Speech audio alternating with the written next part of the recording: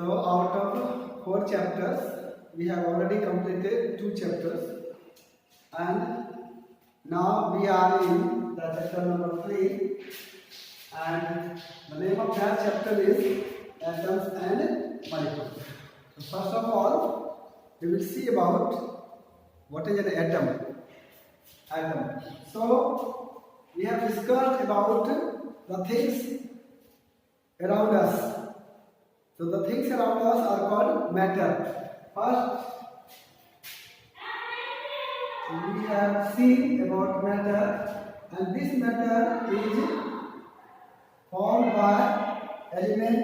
This element is formed by atom, and this atom is formed by electron, proton, and neutron.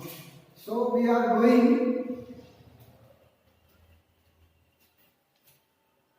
deep.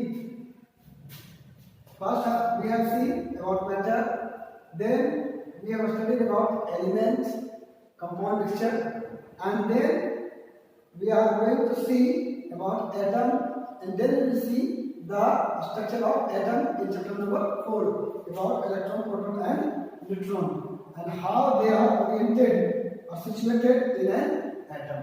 तो इस प्रकार से हमारी यात्रा मैटर से शुरू हुई है।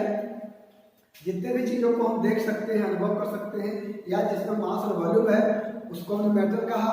फिर हमने आगे बढ़ा तो मैटर बना हुआ एलिमेंट से, तो एलिमेंट को हमने देखा, उसके साथ कंपाउंड और मिक्सचर्स को भी हमने देखा, और फिर हमने एलिमेंट बना हुआ है एटम से, तो आज हम देखेंगे एटम के बारे में, और फिर एटम बना हुआ है इलेक्ट्रॉन, प्रोटॉन और न्यूट्रॉन के बारे में।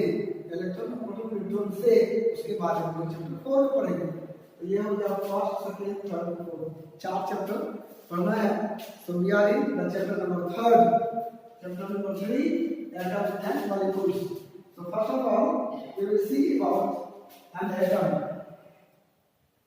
What is the definition of atom? Atom. It is the smallest particle which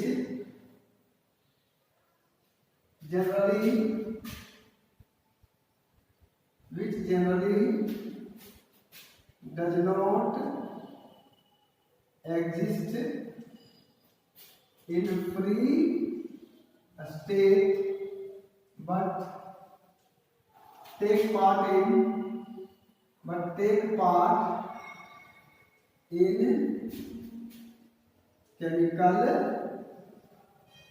reactions. This is the definition of atom.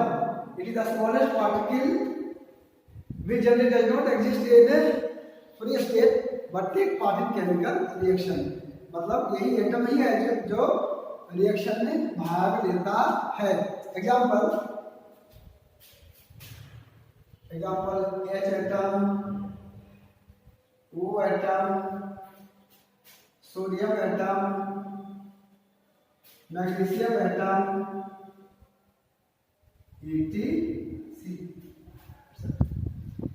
And the size of atoms are very small. Atom of hydrogen is of size 10 to the power minus 10 meter, and molecule of water is 10 to the power minus 9 meter, and molecule of hemoglobin 10 to the power minus 8 meter, grain of sand 10 to the power minus 4 meter, air 10 to the power 3, and apple 10 to the power minus 1 meter. So we can see size of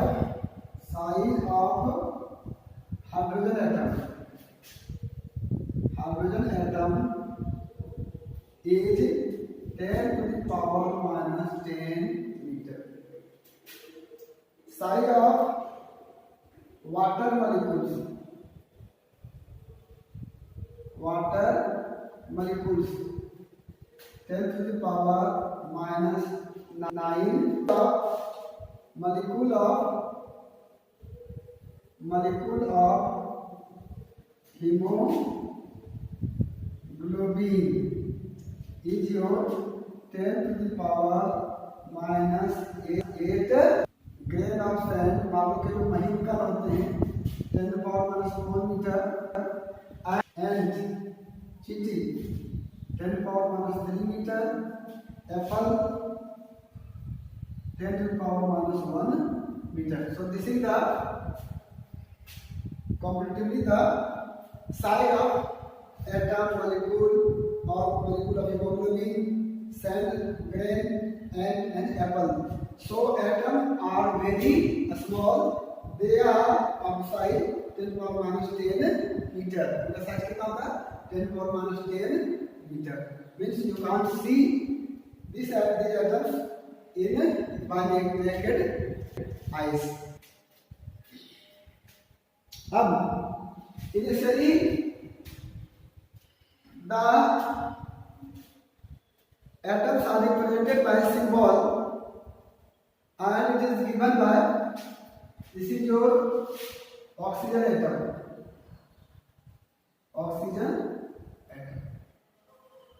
and this is your sulfur atom,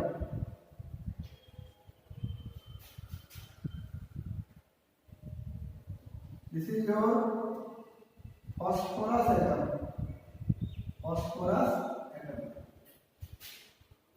then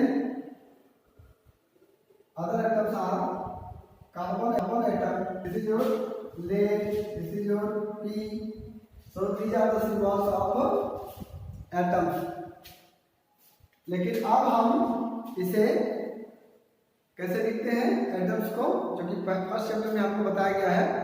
जैसे hydrogen atom को हम H से लिखते हैं, sodium को हम Na से लिखते हैं, मैग्नीशियम को हम Mg से लिखते हैं, एल्युमिनियम को हम Al से लिखते हैं। तो इस प्रकार से एटम के बारे में लिखा जाता है। दूसरा है molecules, atoms and molecules. So you define the molecule.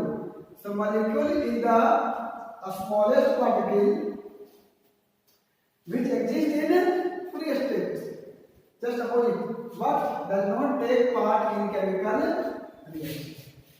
Molecule.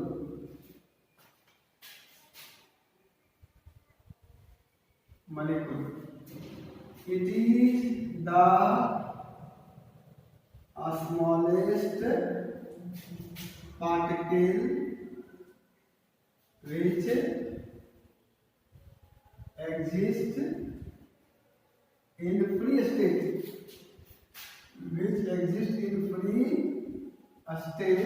but does not take part in a chemical reaction. Example, H2 molecule means molecules are made by combining atoms. Atom के मिलने से मॉलिक्यूल बनते हैं। H2 molecules, O2 molecules, H2O molecules.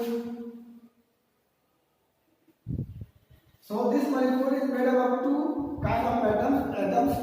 Two kinds of atoms, one is hydrogen, another is oxygen. So this is water molecule, H2O. Here is two atoms of oxygen, here is two atoms of hydrogen, here is two atoms of hydrogen and one atom of oxygen. So this is about molecule, atom and molecules. Now ions. Charged particles are called ions. Example,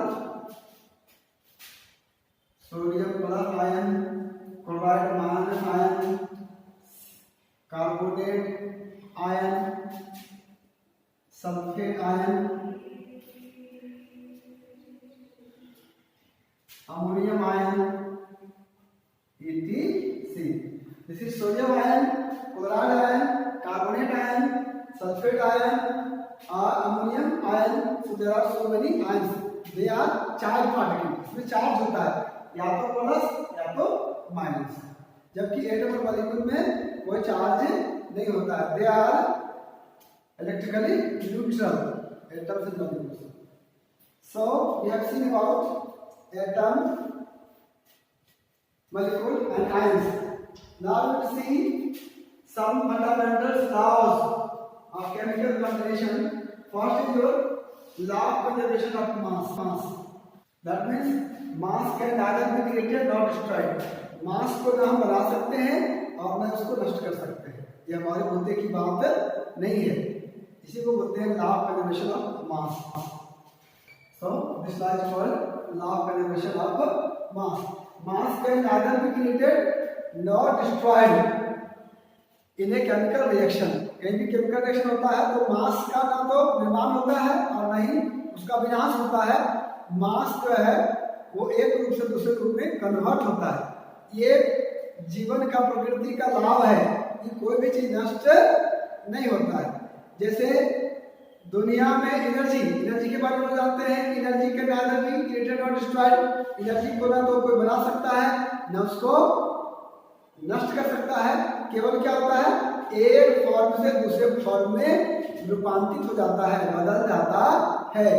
नाश इस दुनिया में किसी का होता नहीं है। प्रकृति में भी जो मैटर है तो मैटर मींस मास, तो matter can nether be created और डिस्ट्रॉयड। तो मैटर को भी आप ना बना सकते हैं और ना उसको नष्ट कर सकते हैं। केवल क्या होता है एनर्जी में भी क्या होता है ट्रांसफॉर्म होता है, एक रूप से दूसरे रूप में बदल जाता है। जैसे इलेक्ट्रिक एनर्जी आया और पंखा घूमने लगा तो वो किसमें बदल गया काइनेटिक एनर्जी में। और अगर हमने चूल्हे में लगा दिया तो उससे क्या होता है खाना पकाते हैं तो किसमें बदल गया हीट एनर्जी में। तो एनर्जी का ट्रांसफॉर्मेशन होता है, रूपांतरण होता है, उसका रूप बदलता है, लेकिन वो कभी समाप्त नहीं हो सकता है। तो यही चीज जो है हमारे बारे में भी कहा गया है कि किसी भी जीव का अंत संभव नहीं है। कोई भी जो जीव है वो कभी समाप्त नहीं होता है। क्या होता है रूप बदलता रहता है। हमने न जाने कितने रूप धारण किए और कितना ही रूप आगे धारण करेंगे। ये पूर्ण साइंटिफिक है कि जिसका जन्म हुआ है उसकी मृत्यु होगी और फिर जिसकी मृत्यु होगी उसका फिर जन्म होगा। ये साइकिल चलते रहता है, चक्र चलते रहता है। इसीलिए हम कभी जो है वो परमानेंट कभी नष्ट नहीं हो सकते। हम क्या होगा हमारा रूप परिवर्तन हो जाएगा, हमारा रूप बदल जाएगा और न जाने कितने ही रूप धारण किए हुए हम। जैसे बहुरूपिया जो है एक ही व्यक्ति होता है लेकिन वो क्या करता है रोज रोज नया नया रूप बदल करके लोगों के बीच में तमाशा दिखाने के लिए आता है। उसी प्रकार से हम अलग अलग जन्मों में अलग अलग जीवन में हम रूप बदल बदल करके आते हैं, लेकिन हम जो हैं वो वही रहते हैं, हम कभी नष्ट नहीं हो सकते हैं। इसी को गीता में कहा गया है कि आत्मा अजर अमर अविनाशी है, उसकी मृत्यु संभव नहीं है। मतलब रूह जो है वो कभी मरती नहीं है। मरता कौन है ये शरीर, ये बॉडी, ये जो है वो बदल रूप जो है जिसका बदल जाता है। 5 तत्वों से बना हुआ है और फिर वो 5 तत्वों में विलीन हो जाता है। ये हमारे जीवन का फिलॉसफी है, जीवन का दर्शन है। और यहाँ पे साइंस में भी हम देख रहे हैं कि कोई भी चीज नष्ट नहीं हो सकता, बनाया भी नहीं जा सकता, ना कोई बनता है ना नष्ट होता है, केवल रूपांतरित होता है, केवल रूपांतरण होता है, वो कभी समाप्त नहीं होता है। तो हमारे कर्म भी जो है वो कभी नष्ट नहीं होते हैं। जो हम करेंगे वो हमको मिलेगा। आज दुनिया किस प्रकार से कोरोना वायरस से पीड़ित है क्योंकि हमने कर्म ऐसा किया, हमने छेड़छाड़ की प्रकृति के साथ, हमने जीवन के लाइफस्टाइल को जो है वो ढंग से नहीं जिया और फिर हमने तरह तरह की जो है विनाशक चीजें बनाई, जिसका परिणाम आज हम सबको भुगतना पड़ रहा है। और इसी के कारण आज आप हमारे बीच में, हमारे पास में, हमारे सामने आप हमसे शिक्षा ग्रहण नहीं कर पा रहे हैं।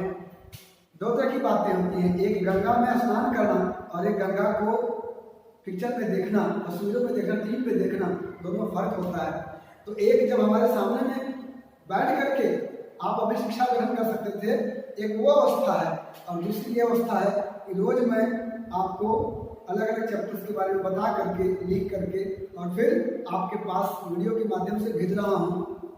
इसमें थोड़ा सा अंतर तो है ही, लेकिन फिर भी मैंने प्रयास किया है कि मैं अच्छे तरीके से और ऐसा वीडियो बनाऊं कि आप सबको ये समझने में बिल्कुल आसानी हो, इजी हो। तो इसी के तहत हमने अभी देखा लॉ कंजर्वेशन ऑफ मास ये है, और एक है लॉ ऑफ डेफिनिट प्रोपोर्शन, दूसरा law of definite proportion, law of definite proportion, it is given by Proust. किसने दिया था ये? प्रॉस्ट ने। और इसके अंदर क्या होता है? In a chemical substance the elements are always present in definite proportions by mass. So you may write in a chemical substance, in a chemical substance the elements are present, always present, the elements are always present in definite proportions, in definite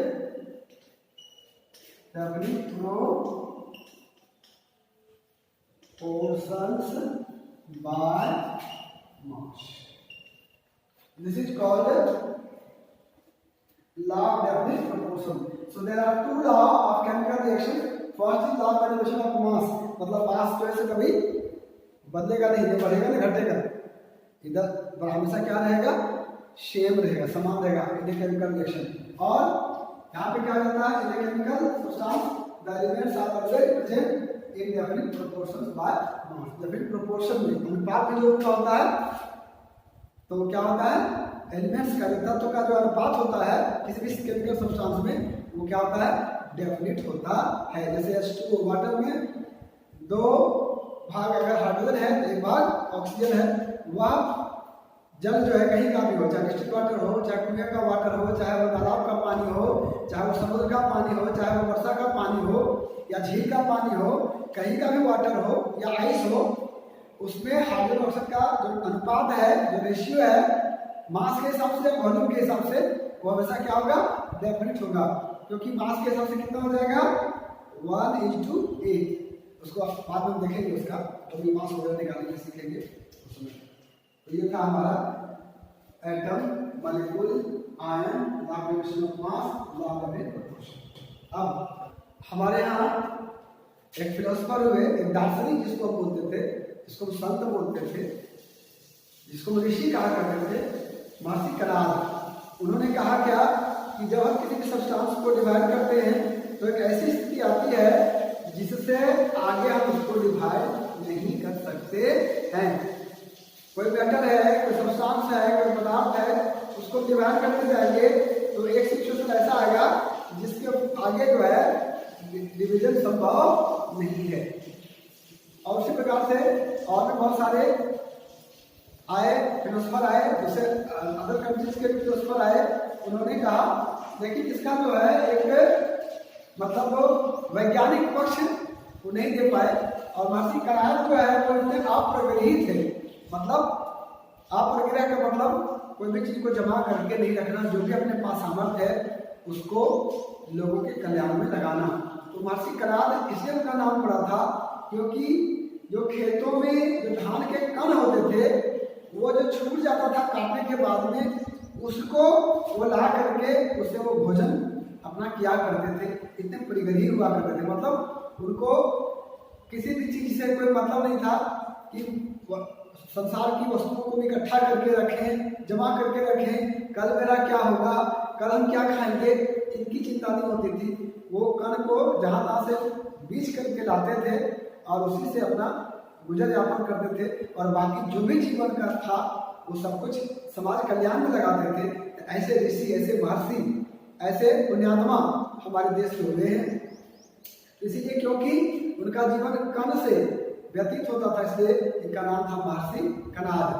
तो एक वैज्ञानिक रूप नहीं दे सके, और इसीलिए बाद में इन्हीं की बातों को एक तरीके से एक जो है सो उसको ढंग से उसको एक्सप्रेस किया गया जॉन डाल्टन के द्वारा, जिसको बोलते हैं डाल्टन एटॉमिक थ्योरी। तो डाल्टन एटॉमिक थ्योरी हम लोग देखेंगे कौन कौन से पॉइंट्स हैं, मैकेनिज्म है, और इसको आपको याद रखना है। डाल्टन एटॉमिक थ्योरी को एकदम से आपको परीक्षा में खत्म करना है। डाल्टन एटॉमिक थ्योरी, और ये डाल्टन एटॉमिक थ्योरी जो है, जो हमने अभी तक जितने भी चीज एटम्स के बारे में जाना और जो लॉज जाने, उसी को हम लोग यहाँ पे एलोबरेट करके सबको एक साथ कर दिए तो 6 पॉइंट बन जाता है। इसी को हम बोलते हैं डाल्टन एटॉमिक थ्योरी, क्योंकि आपको बिल्कुल याद होना चाहिए। जैसे फर्स्ट में है क्या, all metal is made of very tiny particles. जितने भी मेटल है किससे बने हुए, छोटे पार्टिकल से बने हुए हैं। All metals are made of very tiny particles and that tiny particles are called atom. उसी को क्या बोलते हैं, एटम बोलते हैं। मैटर जिस छोटे पार्टिकल से बना हुआ है, उस छोटे पार्टिकल को क्या कहा जाता है, एटम कहा जाता है। So this is the Dalton atomic theory point number 1। All matter is made of very tiny particles called atoms which participates in chemical reaction। हम देख चुके हैं एटम क्या करते हैं, कि atoms take part in chemical reaction which participates in chemical reaction। Second is your atoms are indivisible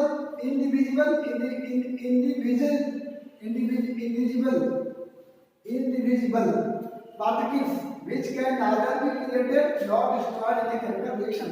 तो atoms क्या है, इनडिविजिबल है, मतलब आप उसको डिवाइड नहीं कर सकते। उस समय जब डाल्टन ने एयर थ्योरी दे रहे थे, उस समय की बात थी। बाद में तो फिर ये गलत सिद्ध हुआ। बाद में क्या हुआ कि एटम भी को डिवाइड किया गया। एटम के भीतर में क्या देखा, इलेक्ट्रॉन प्रोटॉन न्यूट्रॉन होते हैं।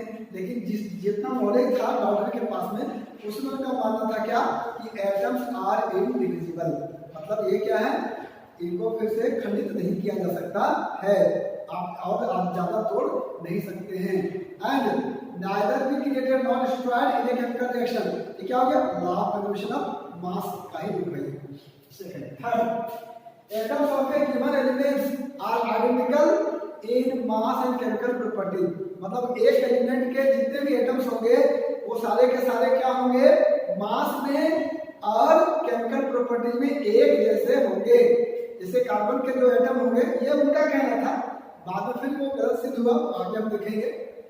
डाल्टन ने क्या कहा कि एक एलिमेंट के जितने भी एटम होंगे सबका मास एक जैसा होगा और सबका केमिकल प्रॉपर्टीज क्या होगा, एक जैसा होगा। ये कहना था डाल्टन का। लेकिन बाद में हम देखते हैं कि कार्बन के जो एटम होते हैं उनका मास अलग अलग होता है। लेकिन फिलहाल हमको यही याद रखना है थर्ड में कि atoms of an element are identical in mass and chemical properties. और केमिकल प्रॉपर्टीज के रूप में और मास के रूप में क्या होता है उनका, जो एक जैसे होते हैं सभी एटम एक एलिमेंट। और स्वाभाविक है जब एक एलिमेंट का एक जैसा होता है तो डिफरेंट एलिमेंट लेंगे क्या होगा, अलग अलग होगा। तो यहाँ पे लिखा हुआ है atoms of different elements have different mass and chemical properties. ये है atoms of different elements are different in mass and chemical properties. तो डिफरेंट एलिमेंट्स के जो एटम होंगे उनका मास अलग अलग होगा और उनके केमिकल प्रॉपर्टीज भी अलग होगा। कार्बन के एटम और ऑक्सीजन के एटम का प्रॉपर्टी एक जैसा नहीं होगा, स्वाभाविक है। मनुष्य का गुण और गाय का गुण, घोड़े का गुण, हाथी का गुण एक जैसा नहीं होगा। तो एलिमेंट्स अगर अलग हैं तो उनके जो एटम होंगे उनका मास क्या होगा, अलग होगा, उनके केमिकल प्रॉपर्टीज क्या होंगे, अलग होंगे। ऑब्वियस। फिफ्थ है atoms combine in the ratio of small whole numbers to form a compound. Atoms जब कंबाइन करते हैं, जब मिलते हैं कंपाउंड बनाने के लिए, तो वो होल नंबर में मिलते हैं, स्मॉल होल नंबर में, मतलब पूर्णांक में मिलते हैं। जैसे जब बना H2O जब बना तो हाइड्रोजन का हम 2 एटम और ऑक्सीजन का 1 एटम होल नंबर में पूर्णांक में आकर के मिलते हैं। ऐसा नहीं कि हाइड्रोजन का 3/4 एटम और ऑक्सीजन का 1/4 एटम, ऐसा नहीं होता। क्या होता है 1:2, 2:1, 3:4। तो स्मॉल होल नंबर में वो आकर के कंबाइन करते हैं कंपाउंड बनाने के लिए। जैसे यहाँ पर 2 तरह के एटम है, एक हाइड्रोजन एटम है, दूसरा ऑक्सीजन एटम है। हाइड्रोजन एटम कितना है, 2 है, और ऑक्सीजन एटम कितना है? एक है। आपस में कंबाइन करके इन्होंने क्या बनाया? कंपाउंड बनाया। इस कंपाउंड का नाम क्या है? H2O, water molecule. तो इस प्रकार से हम क्या देख रहे हैं कि एटम का जो डिफरेंट एलिमेंट्स हैं उनका जो रेशियो है वो क्या? स्मॉल होल नंबर होता है। ये हो गया। और आखिरी है the relative numbers and kind of atoms are constant in a given compound. मतलब किसी भी कंपाउंड में जो relative and kind of atoms है, जो प्रकार है एटम्स का, वो क्या होता है? कांस्टेंट होता है, मतलब एक जैसा होता है। इसको हमने पहले समझाया था कि आप चाहे तो कुएं का जल ले लीजिए, चाहे नाले का जल ले लीजिए, चाहे नदी का जल ले लीजिए, चाहे झील का जल ले लीजिए, चाहे आप समुद्र का जल ले लीजिए, चाहे बादल का वर्षा का जल ले लीजिए, चाहे बर्फ से पिघला हुआ जल ले लीजिए, सब में क्या होगा? यही हाइड्रोजन और ऑक्सीजन ही होगा, उसमें कोई दूसरा एलिमेंट नहीं होगा और उनका अनुपात भी यही होगा। तो रिलेटिव नंबर्स जो है, नंबर्स जो है यही होगा 2:1। Number and kind of atoms, मतलब दो ही प्रकार के एटम्स इसमें होंगे, हाइड्रोजन ऑक्सीजन, चाहे वो जल चापाकल का हो, चाहे वर्षा का हो, चाहे डिस्टिल्ड वाटर हो, चाहे और कोई हो। तो ये है हमारा डाल्टन्स एटॉमिक थ्योरी। ये बात जब दिमाग बढ़ जाएगी तो 6 पॉइंट आपको आराम से याद हो जाएंगे। तो यही था आज के इस वीडियो में। हमने देखा एटम से लेकर मॉलिक्यूल्स, फिर आयंस, फिर law of conservation of mass, law of उसके बाद में लॉ ऑफ डेफिनेट प्रोपोर्शन जो लास्ट में दिया था, उसके बाद में हमने देखा डाल्टन्स एटॉमिक थ्योरी। अब एक और डेफिनेशन हम लोग कर लेते हैं, उसके बाद इस क्लास का हम लोग आज यही में हम करेंगे एटॉमिक मास यूनिट। जब एटम होगा, कोई भी होता है, उसको मापे होने के लिए एक यूनिट चाहिए, इसको बोलते हैं atomic mass unit. Atomic mass unit बात है। Atomic mass unit, atomic mass unit मतलब to express the mass of an atom, a unit is required and that unit is known as atomic mass unit. So 1/12 the mass of one atom of carbon 12 is called atomic mass unit. 1/12 the mass of one atom of carbon 12 is called atomic mass unit and it is denoted by U। सब लोग U से लिखते हैं। तो इसको हमको जाना है 1/12 the mass of one atom of carbon 12 is called atomic mass unit, it is denoted as U। इसके अलावा बहुत सारे यूनिट को लिया गया, ऑक्सीजन को लेने का कोशिश किया गया, हाइड्रोजन को लेने की कोशिश किया गया, लेकिन वो जो मास आता था बाकी एटम्स के वो एक्यूरेट नहीं आता था।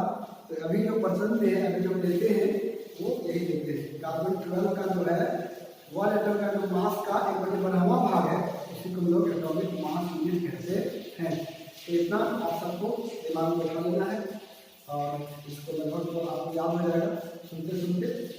उसके बाद हम लोग अगले वीडियो में इसके आगे यात्रा करेंगे। बहुत बहुत धन्यवाद।